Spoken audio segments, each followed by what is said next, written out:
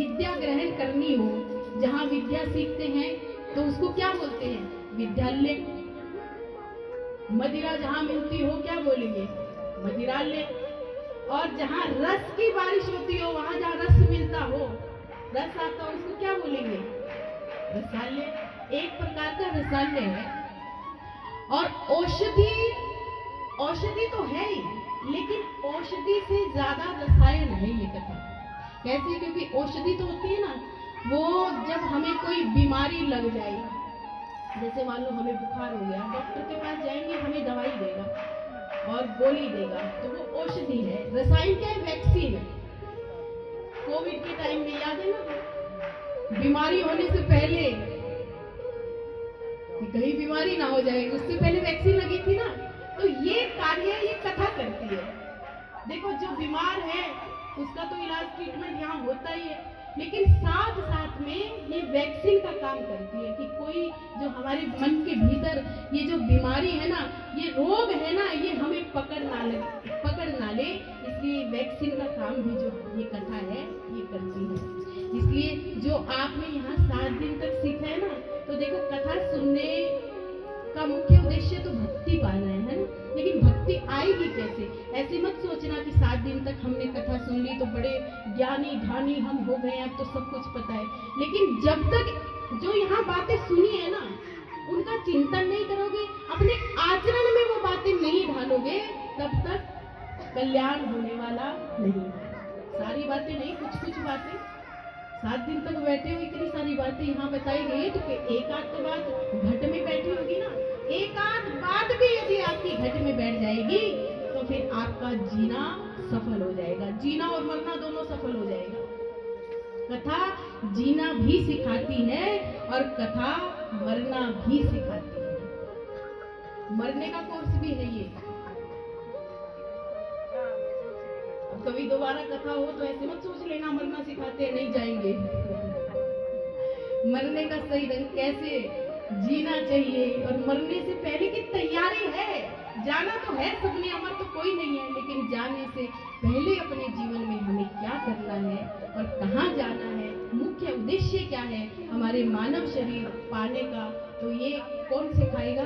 केवल और केवल ये कथा जो है वो हमें सिखाती है। और योग्यता तो सबके भीतर है भक्ति करने की। शास्त्र कहते हैं अयोग्य पुरुषो नास्ति, यानी कि इस दुनिया में कोई भी अयोग्य पुरुष पैदा नहीं हुआ, कोई अयोग्य नहीं है। हर किसी में योग्यता है, लेकिन उसे जगाना पड़ता है।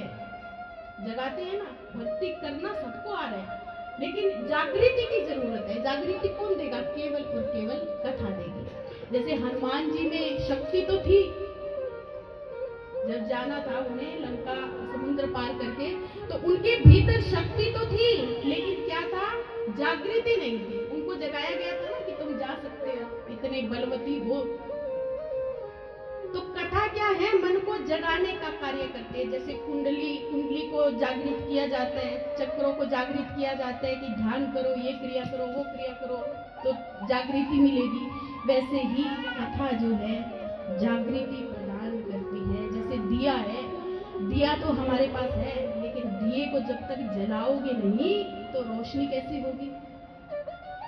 इसलिए जीवन को प्रकाश से भरने का कार्य है। तत्वों का ज्ञान कराने वाली केवल और केवल भागवत कथा है। केवल और केवल ये सत्संग है। सत्संग से और भक्ति से मुक्ति नहीं मांगनी कि मुक्ति प्रदान करती है। मुक्ति एक छोटा सा फल है भागवत जी का। क्या करोगे? वहां लटके रहोगे, मुक्त होके पड़े रहोगे। असली आनंद क्या है? कि भक्ति दे दो, क्योंकि भक्ति में कितना आनंद है। देखो आप सोचो 7 दिन यहाँ आप रहे हो, कितना आनंद आया है आपको। और जो 2 ही दिन आए हैं वो तरस रहे होंगे, जिनको पता नहीं था, जो 5वें दिन से आने लगे हैं ना, तो हमने सुना है अरे पहले क्यों नहीं आए। कितना आनंद बरसता है यहाँ। तो आनंद की प्राप्ति, आनंद के साथ साथ हमारे जीवन में भक्ति कैसे करनी चाहिए और भक्ति कैसे आएगी, तो ये कार्य कौन करता है? केवल और केवल सत्संग के माध्यम से ही।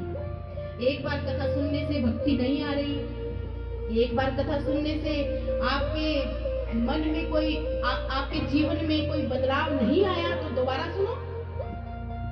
करत करत अभ्यास के जड़मति होत सुजान, दोबारा से सुनो। और आजकल तो कथा सुनने के लिए कहीं जाना भी नहीं पड़ता, मोबाइल में जो व्यास आपको अच्छा लगता है ना उसी की कथा निकालो और सुनो।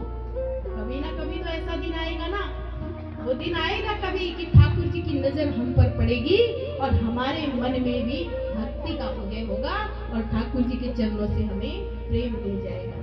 अब कई लोग ऐसे भी कहते हैं कि कितनी बार हमने कथा सुन ली और कितनी बार सत्संग सुना है लेकिन मन में कोई बदलाव नहीं आया, जीवन में कोई बदलाव नहीं आया, कहते हैं ना। और कोई तो घर वाले भी कह देते हैं अरे इतनी कथा सुन चुका है, इतनी कथा सुन चुकी है लेकिन वैसे की वैसे ही है, तो ये बदलाव आता क्यों नहीं है? क्यों नहीं आता बदलाव? बदलाव इसलिए नहीं आता क्योंकि हम उन चीजों पर जो बातें यहाँ सुनी है उसका आचरण नहीं करते। डॉक्टर